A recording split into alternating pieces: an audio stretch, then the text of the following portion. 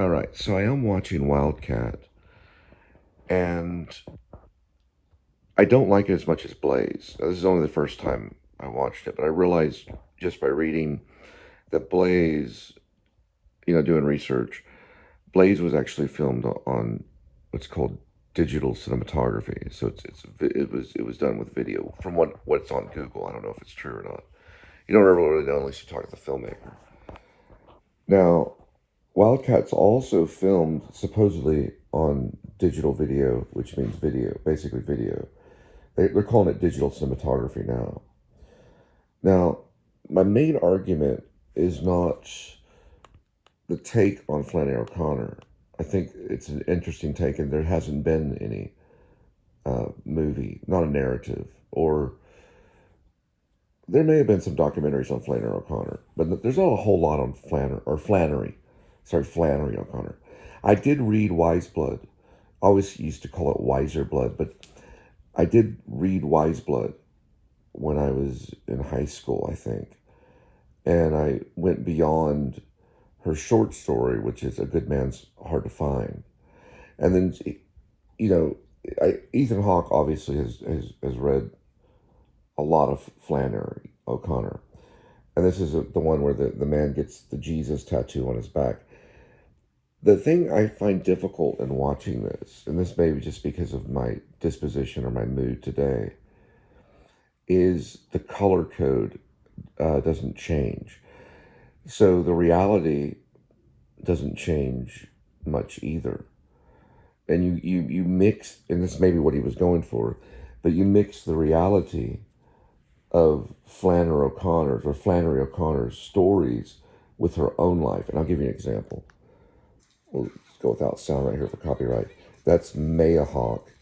And I don't know who that guy is. That's one of the actors that's playing a character. So Maya Hawke is actually, this right here is not Flannery, but it's a character that she's written about. There's one story she wrote where the guy, some lover or something, or someone that she's interested in, gets a tattoo. The protagonist is interested in this guy that gets a tattoo of Jesus Christ on his back. I believe she was Catholic. And that's the protagonist in the story, who doesn't have the glasses. Later, we'll see Flannery wearing glasses. So it goes from the character, the protagonist that she's writing about, to Flannery O'Connor, who that is right there. And it's also Maya Hawke. So what they did was they used the same actress for the characters that she wrote about and the actual author or the writer, or whatever you wanted to call them. Now, the color code to me almost is the same, if not the same. So the blend between fiction and reality is not very clear. So you're like, is this part of the story? Did the character, mature and get glasses? So it's very difficult to do, but I know what Hawke is saying. He's saying that there was a blend. Well, there was a mix between the reality. Well, there was not much. Yeah, there was not much mix, or there was not much blend between the reality and the fiction. Meaning, and there's some truth to that. Some writers suffer from that. I don't know if Flannery O'Connor did, but I don't know much about her real life. One more thing I want to say before I end with this critical analysis of Wildcat. Here's in a library. So this is her life. This is Flannery's life. And she's probably reading the story to some people in a library or something like that. It's probably like a mansion or a house. But it's the same color code as, the other stuff. So I got mixed up a little bit. Now, another story that did this a little bit was Misery, Stephen King's Misery, which is not Flannery O'Connor. I'm just mixing two of the writers. But here's something I wanted to say right here about here. Stephen King did it with Misery, where Paul was writing about misery.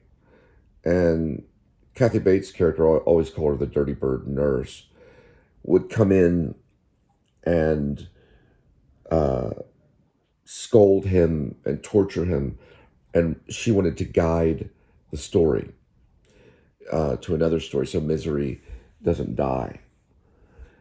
And so if you watch Misery, which is actually a pretty good movie, they've made a play out of it. It's a novel. It's one of my favorite Stephen King novels.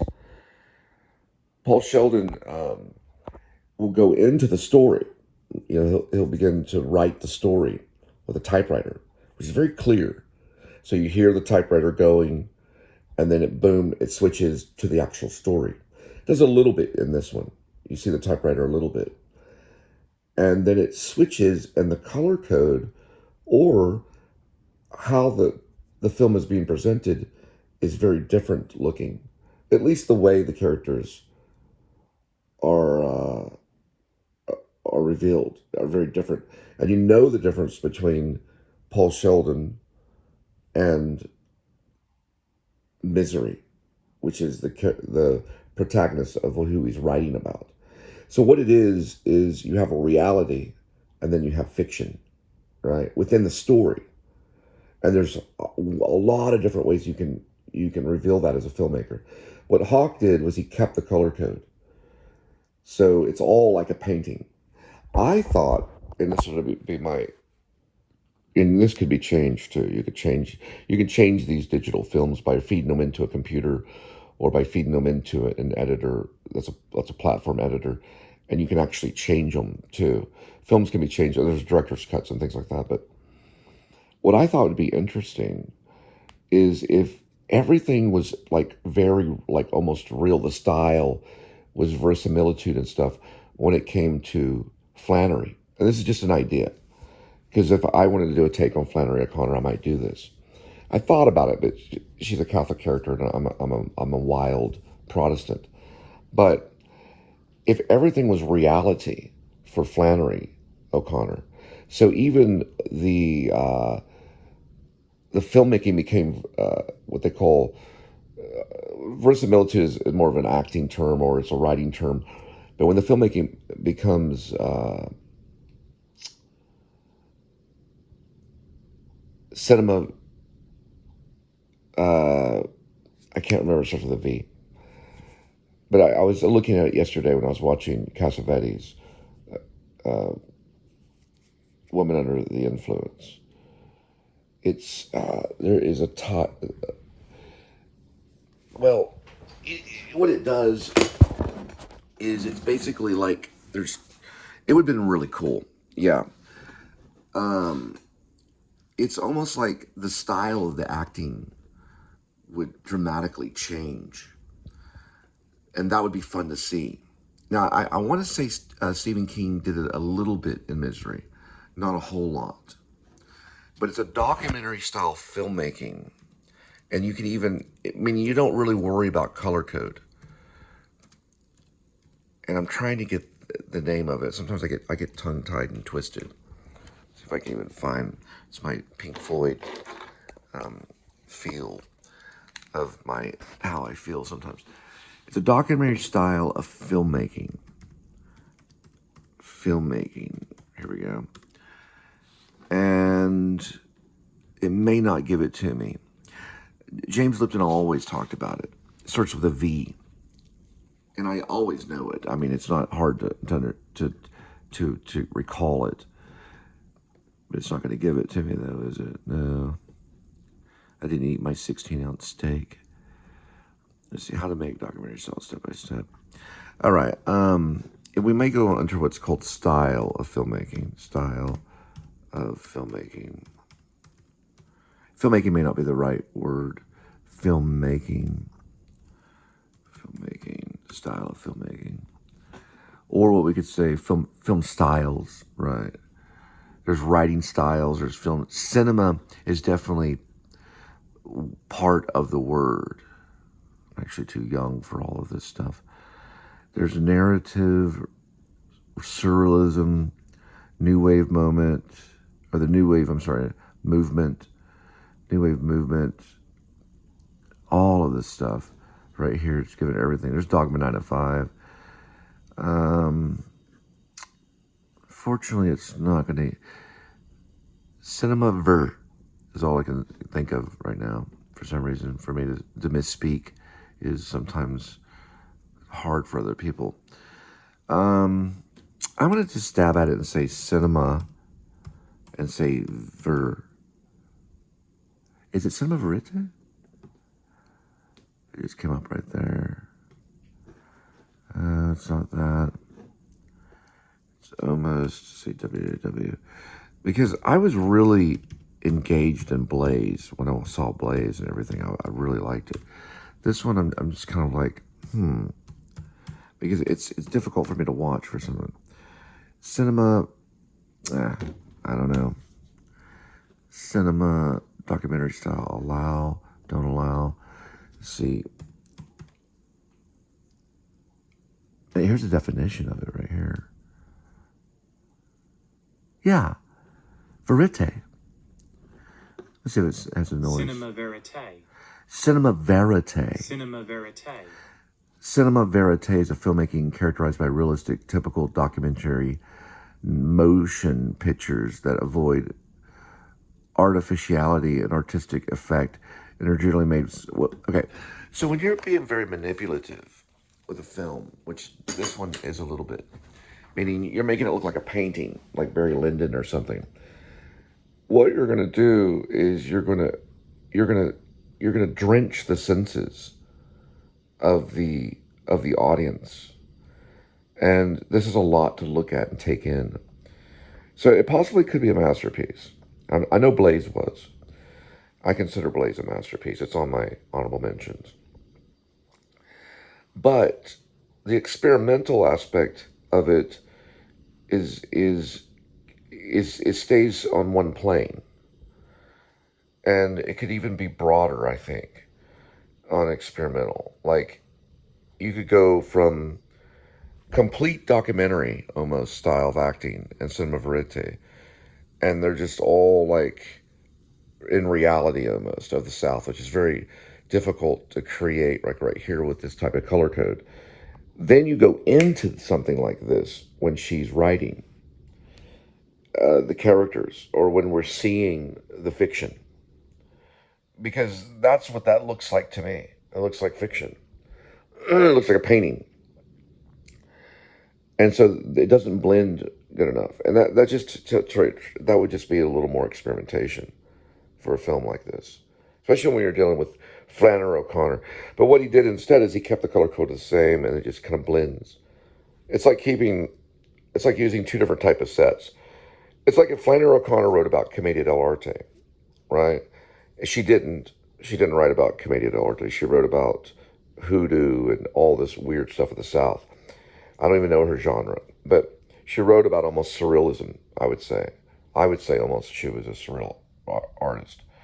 But it blends wrong. I think it blends wrong for what he's trying to do, so it doesn't hold your attention as much. So lastly, let's go to Flannery. Okay, and then she has an O, so she's probably Irish maybe or something. Probably of that nature.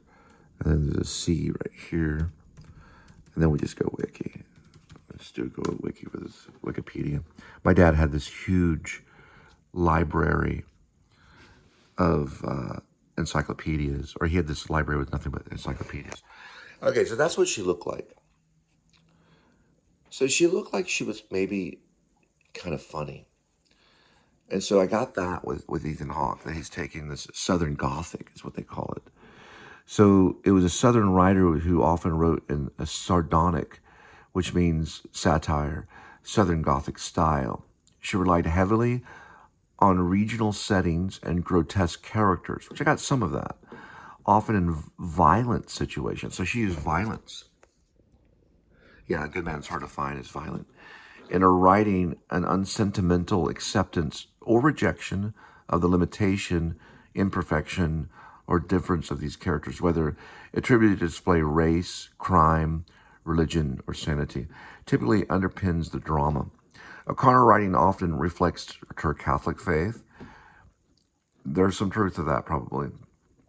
I'm a mad Protestant, and frequently examines questions of morality and ethics.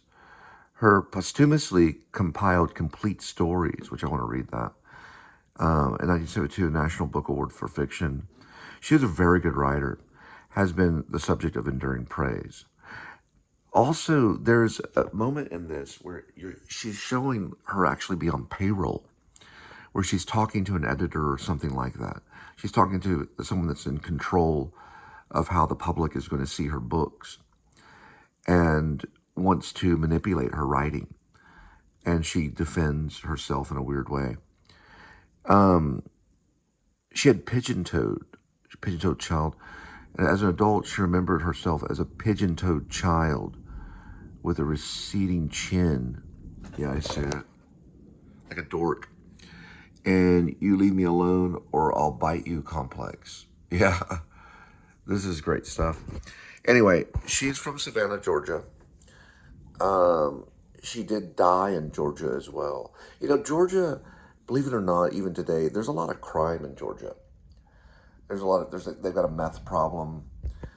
They probably had some alcohol problems in Georgia too. I'm not getting if she was an alcoholic. I don't know if she was or wasn't, but she probably was. But I'm not getting that in the story. She's kind of a goody-good in the story. And I don't know if she was a mad alcoholic or she had a problem with something. But anyway, we'll read over this. And my favorite story is Wise Blood, but I do like A Good Man Is Hard to Find. Probably the most powerful one is The Good Man Is Hard to Find. I think they should have stuck on that a little bit more. That's a brilliant story with the cat clawing the guy's head and them going off road and then being massacred by a bad man as opposed to a good man, which is hard to find. A good man is hard to find.